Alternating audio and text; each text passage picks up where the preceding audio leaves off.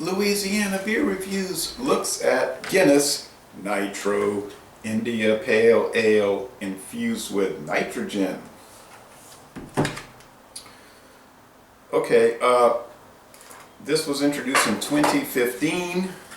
They use roasted barley, late and dry hopped with Admiral, Celeia, Topaz, Challenger, and Cascade hops.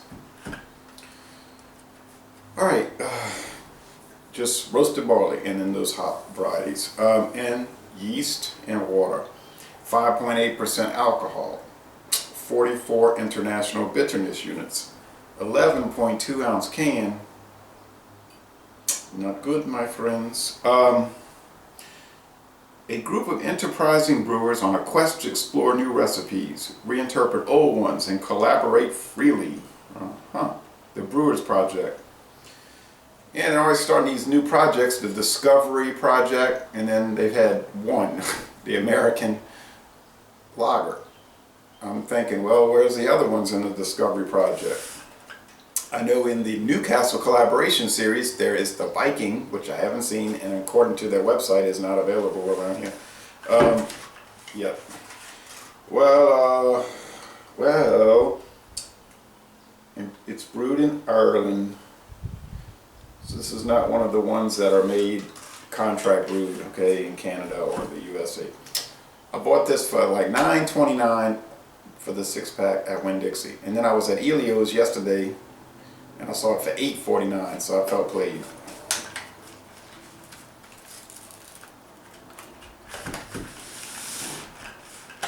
Okay. Ball Can Company.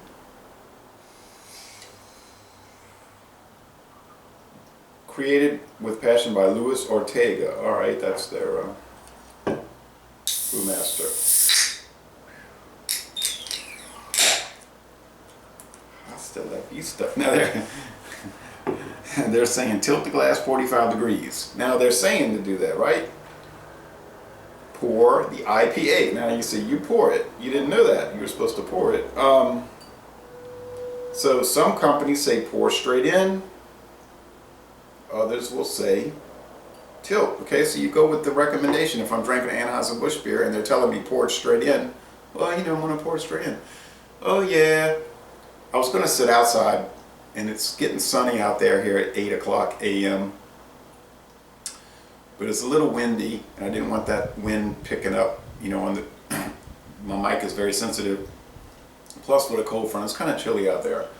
Yeah, it's building up like the Guinness beers tend to do with that creamy white head. You know, if you've done the Guinness Nitro can, what these things do. Unfortunately, Beer Advocate's saying 21 out of 100. Oh, I'm sorry, Beer Advocate's saying it's okay. 21 ratings. Stayed up too late going to that Tulane game last night. Alright, 22 out of 100 on rate beer and a 3 out of 100 for the style. So they're saying it's exceptionally horrific in the style. It's a caramel color. It's not an orange gold. It's caramel in this less than ideal light. I would say the clarity is pretty good. There are some clinging bubbles. I don't know about bubble streams. Sediment, possibly some suspended fine particles, but it's not that. This is not a cloudy beer. Let's check out the aromas. So I'm curious. I'm very curious. You curious?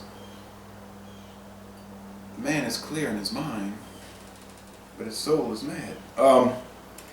This is a different glass. They're showing that beautiful embossed Guinness glass, which I have no access to yet. So I have to use this tulip. From what I read, now there's a few video reviews which I have not watched. Video talks, whispers about this beer, but haven't watched them yet. They're saying this is English style, it's not West Coast or American style, so if you're looking for that, you're going to be disappointed. I've had quite a few now English style IPAs. I tend to prefer them But I mean, what do the English know about India Pale Ale anyway? Caramel, little candy sweetness, and some hop resin, like fruity hop resin, but oh, I don't know. Dates, apricots, I can't say. Hop oil.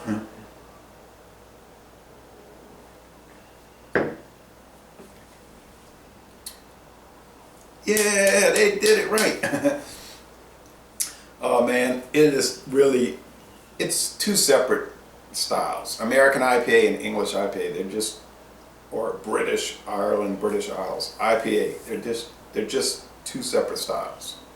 I don't even think they're subcategories. Two separate styles of ale. And this is certainly not a pale ale, it's an amber ale. Okay?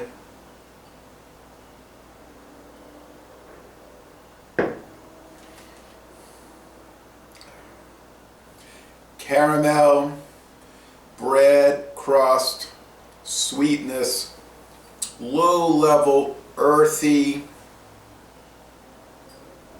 fruity, but not citrus so much, fruity, hop, oil, pleasant bitterness, in no way harsh, but yet noticeable. Very balanced. The mouthfeel is medium. The finish is on the dry side. It's highly drinkable. It's pleasant. It's enjoyable. They did a good job. It's along the lines of the Samuel Smith's Ale, India Ale, maybe St. Peter's, but that's a little more a wanky beer for IPA, but it's in that class. Even you're getting into the Abbott Ale, the John Smith's Ale, the Timothy Taylor realm, and I know those aren't India Pale Ales, but they're sort of in the same ballpark. Oh, look at that creamy, thick lacing. I mean, hey, if you're into lacing, you will be into this. Now, I wish it was 12 ounces, okay?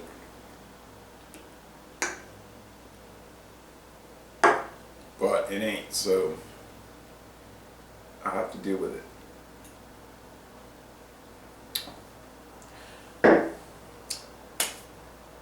It's an A+. Most excellent.